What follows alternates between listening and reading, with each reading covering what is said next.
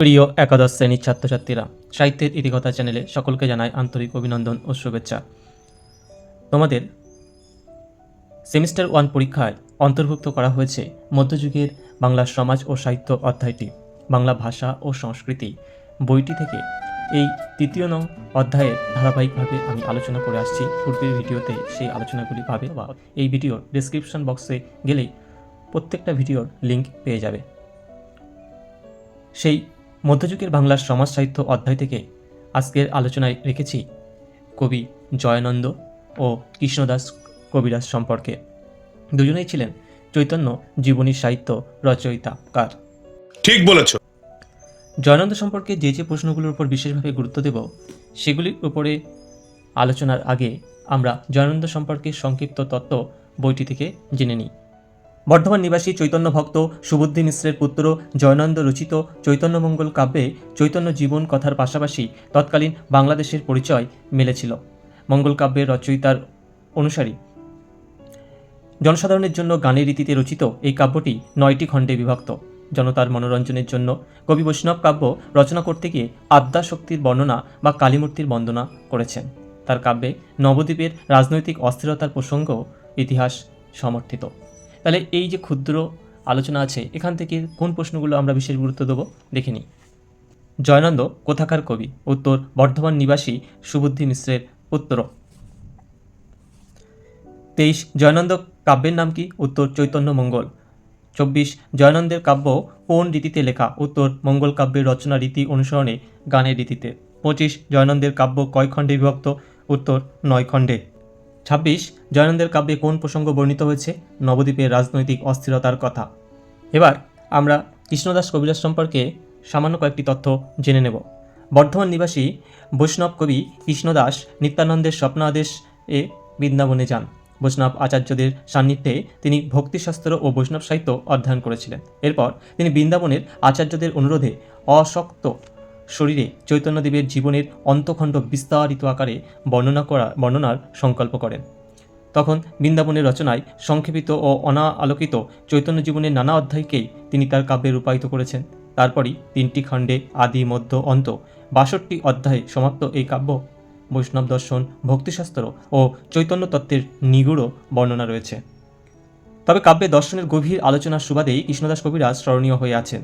তার রচনার পাণ্ডিত্যের সঙ্গে বিনয়, জ্ঞানের সঙ্গে প্রেম, মরণের সঙ্গে হৃদয় অনুরাগ মিশে গেছে। এছাড়া মহাপ্রভুর দাক্ষিণাত্য ও পশ্চিম ভারত ভ্রমণের প্রত্যক্ষদর্শীর বিবরণ হিসাবে গোবিন্দ দাসের কর্চা প্রকাশ সাল 1895 এর ঐতিহাসিক মূল্য স্বীকৃত। চূড়ামণি দাসের গৌরাঙ্গ বিজয় গ্রন্থটি ভুবন মঙ্গল নামেও পরিচিত। কাব্যে শুধুমাত্র আদিখণ্ডটি লভ্য, তাও তথ্যগত অসঙ্গতিপূর্ণ। বিষয় বৈষ্ণব আচার্যদের চরিত সাহিত্য। চৈতন্যদেবের জীবনী কাহিনী অবলম্বনে বাংলা সাহিত্যে চরিত সাহিত্য রচনার যে ধারা গড়ে উঠেছিল তারই অনুসৃতিতে মহাপ্রভুর পার্ষদ ও তার শিষ্য বৈষ্ণব মাহান্তদের জীবন কাহিনী নিয়ে জীবনী লেখা হয়েছিল। বাংলাদেশে সেই বৈষ্ণব ধর্মের উৎপত্তি ও বিকাশ ইতিহাস, চৈতন্যলীলার কাহিনী প্রভৃতির কথা তাদের রচনায় জানা গিয়েছে। তাদের মধ্যে কয়েকজন কবি ও তাদের বইয়ের নাম আলোচনা করব। যেমন ঈশান নাগর, তার বইয়ের নাম অদ্বৈত প্রকাশ। নিত্যানন্দ দাস, তার বইয়ের নাম প্রেম বিলাস। নরহরি চক্রবর্তী, তার বইয়ের নাম ভক্তি রত্নাকর। এছাড়া অন্যান্য এখানকার আলোচনা আছে, যেমন শ্যামদাস আচার্য অদ্বৈত মঙ্গল, হরিচরণ দাস অদ্বৈত মঙ্গল, নরহরি দাস অদ্বৈত বিলাস, বিষ্ণুদাস আচার্য সীতাগুণ কদম্ব, লোকনাথ দাস তার লেখা বই সীতাচরিত্র, যদুনন্দন দাস তার লেখা বই কর্ণানন্দ, রাজবল্লভের লেখা বংশীবিলাস, গুরুচরণ দাসের লেখা প্রেমামৃত, গোপীবল্লভ দাসের লেখা রসিক মঙ্গল আর মনোহর দাসের লেখা অনুরাগ বল্লী। এই আলোচনা যেগুলি করলাম এখানে তাহলে দেখে নিই কোন প্রশ্নগুলোর উপর বিশেষ গুরুত্ব দেব। কৃষ্ণদাস কবিরাজ। কবি কৃষ্ণদাস কোথাকার কবি? কার স্বপ্নাদেশ বৃন্দাবনে যান? বর্ধমান নিবাসী ছিলেন, নিত্যানন্দের স্বপ্নাদেশ পেয়েছিলেন। 28 কবি কৃষ্ণদাসের কাব্য কয়টি খণ্ড, অধ্যায় সংখ্যা কয়টি? উত্তর, 3টি, আদি মধ্য অন্ত 62টি অধ্যায়। 29 গোবিন্দ দাসের কর্চা ঐতিহাসিক মূল্য কি? মহাপ্রভুর দাক্ষিণাত্য পশ্চিম ভারত ভ্রমণের প্রত্যক্ষদর্শীর বিবরণ। 30 কার কোন কাব্য ভুবনমঙ্গল নামে পরিচিত? চূড়ামণি দাসের গৌরাঙ্গ বিজয়, যার মধ্যে আদি খণ্ডটাই লভ্য। 31 কয়েকজন বৈষ্ণব আচার্যদের চরিত সাহিত্যের নাম। উত্তর, ঈশান নাগর, তার লেখা বই অদ্বৈত প্রকাশ, নিত্যানন্দ দাস তার লেখা বই প্রেম বিলাস, নরহরি চক্রবর্তী তার লেখা বই ভক্তি রত্নাকর ও নরোত্তম বিলাস। আমরা পূর্বের ভিডিওতে আলোচনায় পেয়েছি যে বৈষ্ণব পদাবলী সাহিত্যে প্রাক চৈতন্য যুগ ও চৈতন্যোত্তর যুগের কথা। সেই প্রাক চৈতন্য উত্তর যুগে কয়েকজন বিখ্যাত বৈষ্ণব পদকর্তা ছিলেন, আবার চৈতন্য উত্তর যুগেরও কয়েকজন বিখ্যাত প্রশ্নকর্তা ছিলেন। বিষয়টা একটু ব্যাখ্যা করবেন? তাদের নামগুলি এখানে আমরা দেখে নেব।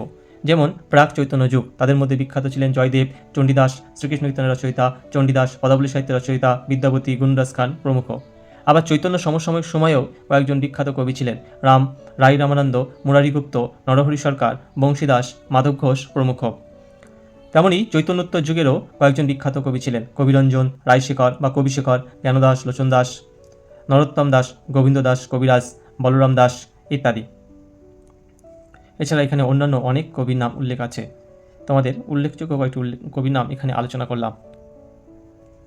এই সময় লেখা কয়েকটি বৈষ্ণব গ্রন্থ, সেই গ্রন্থের রচয়িতা ও গ্রন্থ নাম এখানে উল্লেখ করব। যেমন দুর্লভ সার, এটি লিখেছিলেন লোচন দাস, ষোড়শ শতকের।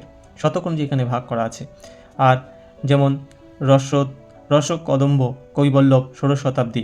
সপ্তদশ শতাব্দীর ক্ষেত্রে দ্বিজ ঘনশ্যাম, তার বইয়ের নাম চতুষ্কাণ্ড পরিমিতি।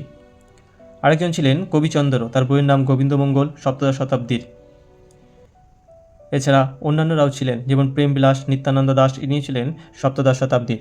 তবে কৃষ্ণকথায় মহাপ্রভু শ্রী চৈতন্য, গোস্বামীগণ যারা ছিলেন, শ্রী চৈতন্য, সনাতন গোস্বামী, রূপ গোস্বামী, জীব গোস্বামী, গোপাল ভট্ট, রঘুনাথ দাস গোস্বামী আর কৃষ্ণদাস কবিরাজ। এই সময়ের কয়েকটি বৈষ্ণব সংকলন ছিল, যেমন সপ্তদশ শতকের মধ্যে ছিল রামগোপাল দাসের লেখা রাধাকৃষ্ণ রস কল্পবল্লী, নিত্যানন্দ দাসের লেখা প্রেম বিলাস, নন্দকিশোর দাসের লেখা রস পুষ্প কলিকা। অন্যদিকে কমলাকান্তের লেখা পদরত্নাকার, গোকুলানন্দ সেনের লেখা পদকল্পতরু, এই পদকল্পতরুটা বিশেষ গুরুত্বপূর্ণ। এছাড়া বাংলা ভাষায় কয়েকটি চৈতন্য জীবনী সাহিত্যদের নাম ও বইয়ের নাম উল্লেখ করব এখানে। যেমন বৃন্দাবন দাসের লেখা চৈতন্য ভাগবত, ষোড়শ শতাব্দী, লোচন দাসের লেখা চৈতন্য মঙ্গল, ষোড়শ শতাব্দী, কৃষ্ণদাস কবিরাজের লেখা শ্রী শ্রী চৈতন্য চরিতামৃত, ষোড়শ শতাব্দী, জয়নন্দের লেখা চৈতন্য মঙ্গল, ষোড়শ শতাব্দী। তা হচ্ছে প্রেমদাস চৈতন্য চন্দ্রোদয় কৌমুদী, অষ্টদশ শতাব্দী, ভগীরথ বন্ধু চৈতন্য সংহিতা সংস্কৃতে, মুরারিগুপ্ত শ্রী শ্রী কৃষ্ণ চৈতন্য চরিতামৃত, স্বরূপ দামোদরের কর্চা, কবি কর্ণপুর পরমানন্দ দাস চৈতন্য চরিতামৃত, চৈতন্য চন্দ্রোদয় নাটক। এছাড়া গৌর গণ উদ্দেশ দীপিকা, এই কয়েকটি বইয়ের নাম আমরা পূর্বেও পড়েছিলাম। তাহলে এখান থেকে যে প্রশ্নগুলোর উপর বিশেষ গুরুত্ব দেব। যুগ অনুযায়ী কয়েকজন বৈষ্ণব পদকর্তা যারা ছিলেন প্রাক চৈতন্য যুগ, এবং জয়দেব, চণ্ডীদাস, শ্রীকৃষ্ণ কীর্তনের রচয়িতা চণ্ডীদাস, পদাবলীর রচয়িতা বিদ্যাপতি ও গুণরাজ খান, চৈতন্য সমসাময়িক মুরারিগুপ্ত, মাধব ঘোষ, বংশীদাস, গোবিন্দ আচার্য, চৈতন্যোত্তর যুগের কবিরঞ্জন, রায়শেখর, জ্ঞানদাস, লোচন দাস, গোবিন্দ দাস কবিরাজ ও বলরাম দাস। শতক অনুযায়ী বৈষ্ণব গ্রন্থের নাম ও কবির নাম। লোচন দাস, ষোড়শ শতাব্দীর দুজন, কবিবল্লভ, লোচন দাসের দুর্লভ সার, কবিবল্লভের রসকদম্ব। সপ্তদশ শতকের তিনজন, কবিচন্দ্র, ভবানন্দ ও নিত্যানন্দ দাস, কবিচন্দ্রের গোবিন্দমঙ্গল, ভবানন্দের হরিবংশ, নিত্যানন্দ দাসের প্রেমবিলাস। কৃষ্ণকথায় স্বর গোস্বামী যারা ছিলেন, সনাতন গোস্বামী, রূপ গোস্বামী, জীব গোস্বামী, গোপাল ভট্ট ও রঘুনাথ দাস।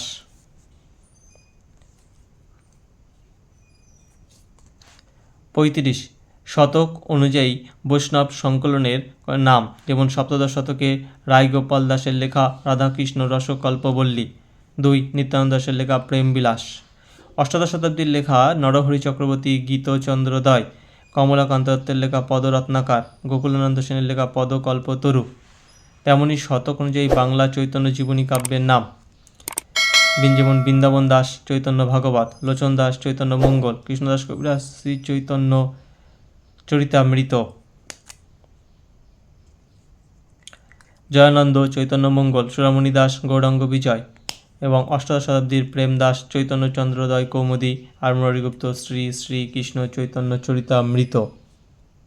প্রিয় ছাত্রছাত্রীরা, ধন্যবাদ।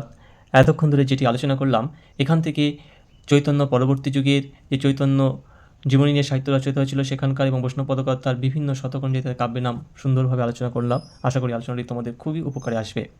চ্যানেলটিকে সাবস্ক্রাইব করে দেবে এবং বন্ধুদের মাঝে শেয়ার করে দেবে। তোমরাও যাতে উপকৃত হও, তোমার বন্ধুরাও যাতে উপকৃত হয়। আর তোমাদের এই লাইক, কমেন্ট, সাবস্ক্রাইব এগুলো আমাকে বিশেষ অনুপ্রেরণা দেয় এবং আরও তথ্য সমৃদ্ধ ভিডিও উপস্থাপন করতে। ধন্যবাদ। आपने 10 10 पाई। अच्छी बात बोली, आपको अच्छी लगी तो ऐसे थोड़ा मार दीजिए हाथ, आप थोड़ा सा मार दीजिए। ठीक की ना? ठीक।